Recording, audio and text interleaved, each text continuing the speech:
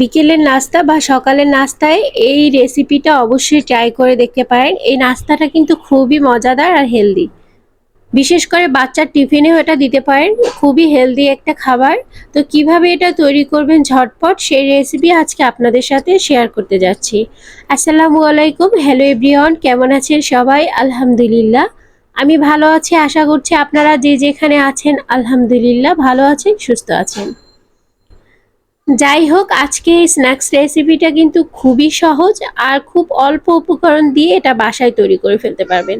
বাচ্চারা যখন সবজি খেতে চায় না তখন কি করে সবজি খাওয়াবেন? এই নাস্তাটা সেরকম একটা নাস্তা যে সবজি এটার ভিতরে ভরা। আর তো চলে যাচ্ছি মূল পর্বে। এখানে আমি 1 কাপ ময়দা নিয়েছি আর দিয়ে দিচ্ছি সামান্য লবণ আর একটু একটু পানি দিয়ে আমি একটা মিশ্রণ তৈরি করে নিচ্ছি।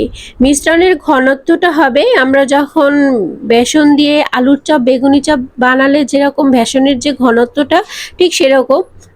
তো এটা গোলা হয়ে গিয়েছে, এখন আমি ভেজে নিব। তো রুটিগুলো একদম পাতলা ভাজতে হবে। এখানে একটা তাওয়া দিয়ে দিয়েছি আমি, আপনাদের ফ্রাই প্যানটা থাকলে সেটাও দিতে পারেন, তাতে করে ভাজা ভালো হবে। তো আমি কিছুক্ষণের জন্য ওয়েট করবো আর চুলার আঁচটা একদম লোতে রেখে রুটিগুলো তৈরি করতে হবে। তো দেখতেই পাচ্ছেন আমার একটা রুটি কিন্তু তৈরি হয়ে গেল। এখন সেম ভাবে আমি অন্য একটা রুটি তৈরি করে নিব। আপনাদের সুবিধার্থে আমি আরো একটা রুটি তৈরি করে দেখাচ্ছি।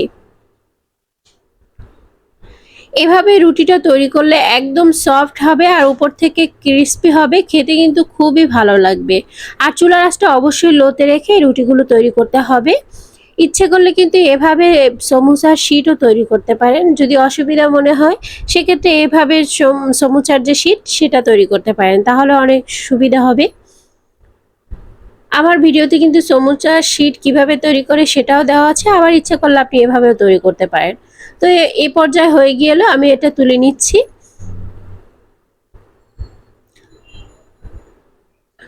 আর এইভাবে সেম প্রসেস ফলো করে আমি সবগুলো তৈরি করে নিচ্ছি। এখন ভিতরে যে পুরটা দিব সেটা আমি রান্না করব।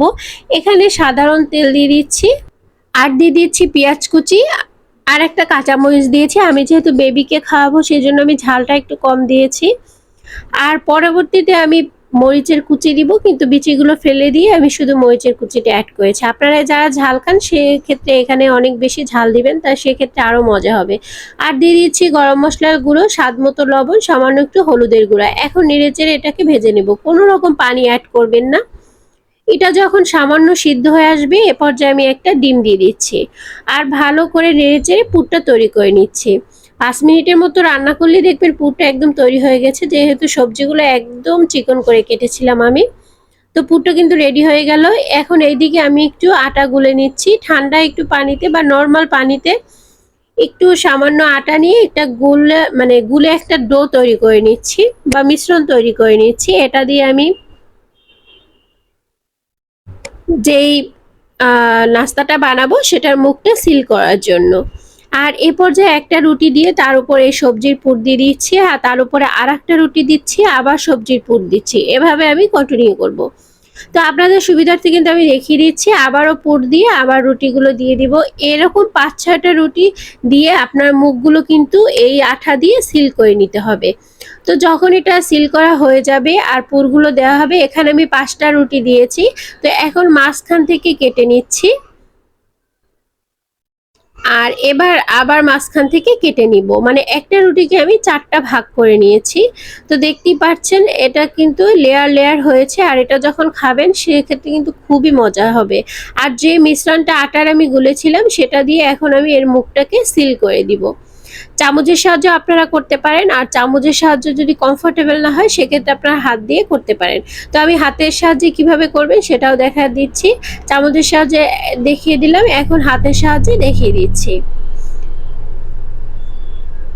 এটাকে সিল করা হলে আস্তে রেখে দিতে হবে। আর এ পর্যায়ে আমি হাতে নিয়ে তারপর আটাটা দিয়ে এরকম মুখটাকে কিন্তু সিল করে দিচ্ছি। আর এরকম সিল করা থাকলে এখন কিন্তু একটু নরম থাকবে, কিন্তু যখন তেলে দেওয়া হবে এটা একদম শক্ত হয়ে মুখটা বন্ধ হয়ে যাবে, কোনো রকম সবজি কিন্তু বাইরে বের হবে না। আর এটা খেতে কিন্তু খুবই মজা। বাচ্চা টিফিনে এটা অবশ্যই রাখতে পারেন, আর বিকেলে নাস্তায় রাখতে পারেন, সকালে নাস্তায় রাখতে পারেন, কোনো ঝামেলা ছাড়াই। তো চলে যাচ্ছি এটা ভাজার জন্য। আর এখানে আমি তেল দিয়ে দিচ্ছি। তেলটা যখন মিডিয়াম গরম হয়ে আসবে, চুলার আঁচটা মিডিয়াম লোতে রেখে আমি এগুলোকে ভেজে নিব। যেহেতু ভিতরে অনেকগুলো লেয়ার আছে, তাই চুলার আঁচটা অনেক বেশি বাড়িয়ে এটা ভাজতে যাবেন না, সেক্ষেত্রে কিন্তু ভিতরের লেয়ারগুলো ভালোভাবে কুক হবে না। আর এই পর্যায়ে আমি কিন্তু এটাকে তেলে ভেজে নিচ্ছি। এক সাইড ভাজা হয়ে গেলে তারপর অন্য সাইড আমি উল্টে দেব।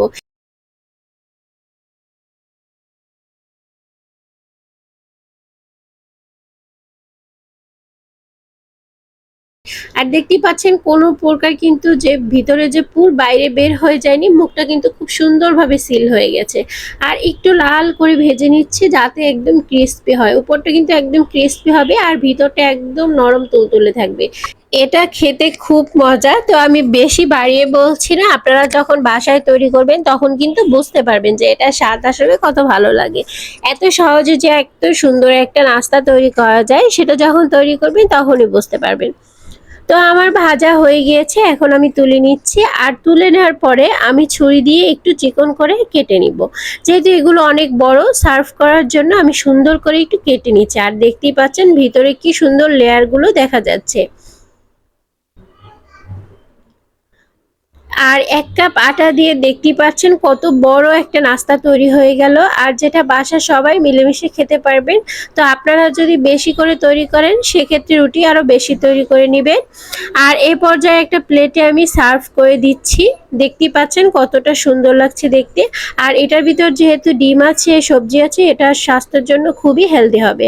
তো এখানে পরিবেশন করার জন্য আমি সস দিয়েছি। সস দিয়ে এটা পরিবেশন করবেন আর খেয়ে দেখবেন, খুবই কিন্তু ভালো লাগে। তো যাদের কাছে ভিডিওটি ভালো লেগেছে তারা অবশ্যই লাইক, শেয়ার, কমেন্ট করবেন। আর যারা এখনো সাবস্ক্রাইব করেনি অবশ্যই সাবস্ক্রাইব করবেন। তো আজ এই পর্যন্তই। সে পর্যন্ত ভালো থাকবেন, সুস্থ থাকবেন। আল্লাহ হাফেজ।